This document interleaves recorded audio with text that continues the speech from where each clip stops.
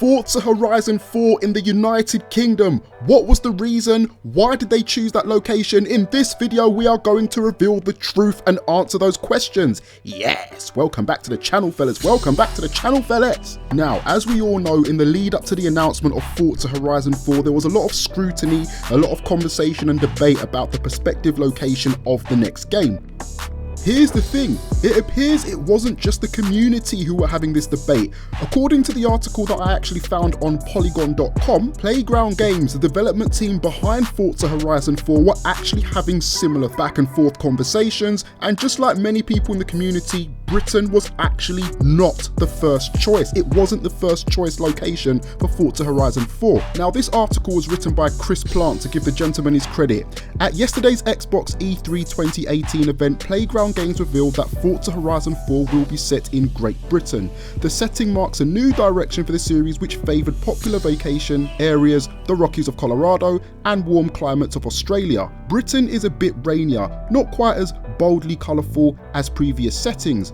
We spoke with Turn 10 Studios design director John Knowles about why Britain was selected above other settings, even though it isn't the most obvious pick. He said, "Honestly, a lot of us thought the same thing.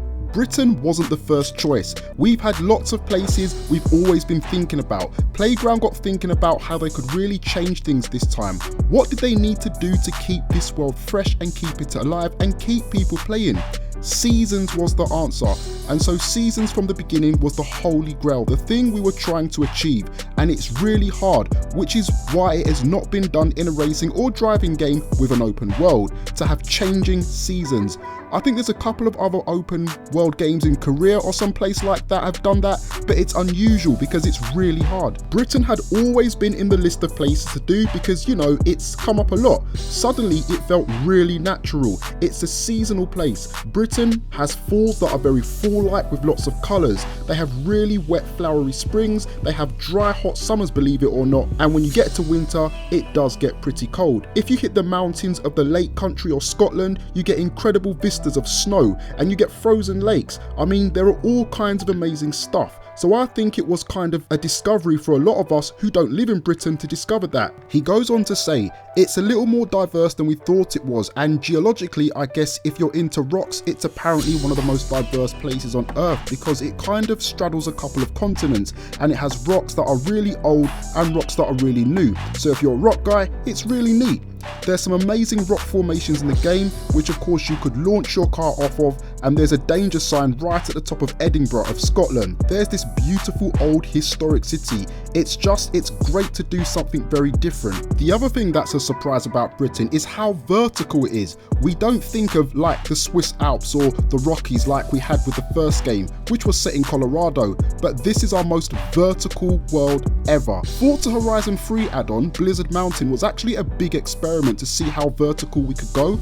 Now we've got all of that and more because there is a lot of verticality throughout, especially the northwest parts of the map, which are the Lake Country and going up into Scotland. We got all of that plus the beaches, which the beaches are different. They're not as sunny as Forza Horizon 3's Australia, but you know, every season brings something new. That's the coolest thing about it. The world is always changing. There's lots of games where you go to this part of the map and it's always summer, right? Then you go to the volcano area and it's always lava. I mean, I worked on lots of Star Wars games, so I'm used to the snow planet, the lava planet, the jungle planet. The whole world transforms every week now. I mean, it's going to be amazing. Now, there's another article on the IGN website. It's an interview with Ralph Fulton, who further illustrates this whole sentiment. He says, I think I started from a kind of cynical position, he says. Why would I want to spend my time in Britain when previous Horizon games have taken me to an exotic place, you know, Australia? But by comparison, I grew up in Scotland. I lived in Scotland for 30 odd years. I've lived down here in England for 12. I'm super familiar with it,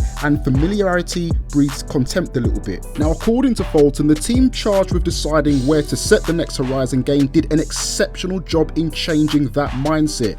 This team, during the concept of Forza Horizon 4, I think they did a really good job of trying to challenge those preconceptions and show us just what a great country we live in here, showing us how varied it is, how historic, how beautiful, and bringing forward our sense of history that combines with our landscapes to make a very unique location. So they did a great job of coming and saying, hey, we should consider Britain, we haven't previously. I think that this has been more than any other a passion project for the studio.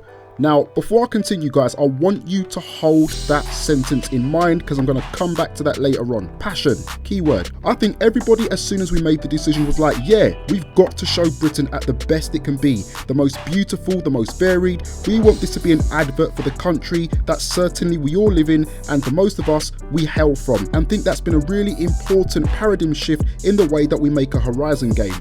Right then guys, so there are a couple of things, there are two things that I want to take from this. The first is, it's just really interesting to see how the thought process is built up in the background. Obviously, as the customers, as the consumers, as the gamers, as the fans of the franchise, not just Forza, but all racing games, all games in general, we always like to debate on things that we find as pressing concerns. We like to do wish lists, we like to do concepts I should say. We like to praise and a lot of us like to criticize. But it's really interesting to see that this whole semantic is actually mirrored on the development side of things. I mean, first and foremost, Britain wasn't the first location on the list. The interview doesn't actually go into any detail as to what was, but we know that it wasn't. Even when it was selected, the bigwigs at the top still weren't convinced and still need convincing that this was the right direction to go in terms of potential concepts. We now know that the Blizzard Mountain expansion on Forza Horizon 3 was in effect a dry test run for seeing what was possible in terms of vertical scalable heights for Forza Horizon 4. Obviously none of us knew that at the time, and why should we? I guess it's just a really good insight into the mindset of what goes on behind closed doors.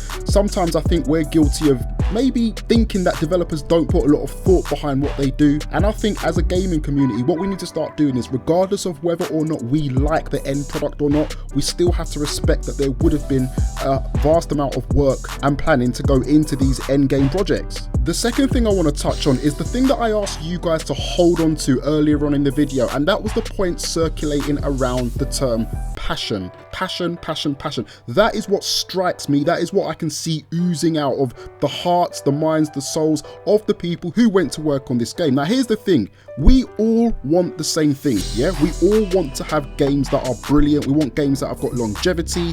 We want games that have got replay value. We want games that are value for money. We want games that we can enjoy. I dare say that I speak for pretty much everybody when I say that. But let me ask you a question. Have you ever stopped and thought and asked yourself about the importance of not just projects, but passion-driven projects? Projects whereby the creator or the creators are in a happy mindset. They're in a comfortable mental space. They've got clear directive as to what it is they want to do. They're hungry, enthusiastic, can relate to the subject at hand. You see, as a content creator, a lot of the videos that I do are based on inspiration. So there's something that has energized me, something that has triggered me, something that has made me happy, or something that I feel is going to entertain you guys. But whatever it is I'm doing, there's some sort of emotive reason behind it. So the product itself is coming from the heart, not just the head. When I'm doing a video and my mindset is in that place, the video feels effortless, it feels easy, it doesn't feel like work. And the end result is a video which is of high quality, entertaining, engaging, and usually ends up with positive response from you guys, which I appreciate. Thank you for that. Thank you very much. However, the flip side of that is when I'm in a situation where the content or video that I'm looking to put together is on a topic or subject matter that I'm just not feeling passionate about at all, you can sense it in my voice. I don't sound as enthusiastic. The video drags on. You may even spot a few more mistakes in there because I just don't really, thankfully, that has only ever happened once. But it taught me a valuable lesson. It taught me that passion, enthusiasm, and the sheer will and desire to want to put out a product will actually improve the overall end result in what it is that you're doing. You have to have a love affinity for what it is that you're doing in order for that product to meet its maximum potential. Let's take Need for Speed Payback as an example. Last year, in the run-up to the game's launch, this was one of the channels that was getting a lot of attention due to the amount of content that I was putting out in relation and in build up to the game. Plot theories, wish lists, news releases, leaks, information, DLC ideas, public opinion videos. That was actually the most successful period for my channel. After starting YouTube in 2015, it took me on and off 18 months to get to 1,000 subscribers. In the 3-month period that I chose to cover Payback, I went from 1,000 to 10,000. So going by that logic, I was onto a winning formula, right?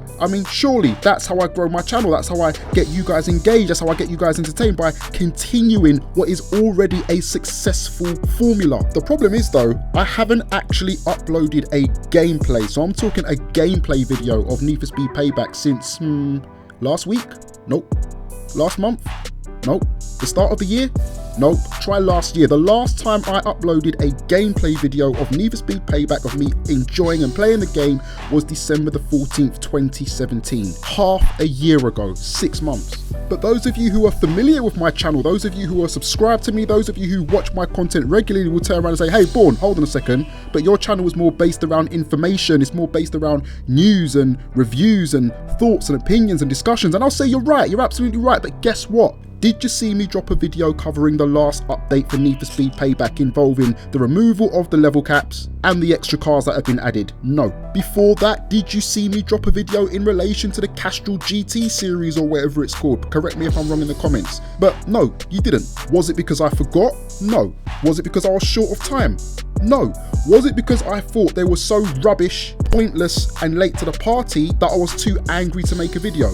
No, because you've seen me criticize games before. The problem was, the truth, I just didn't care. Wasn't passionate enough. Didn't care.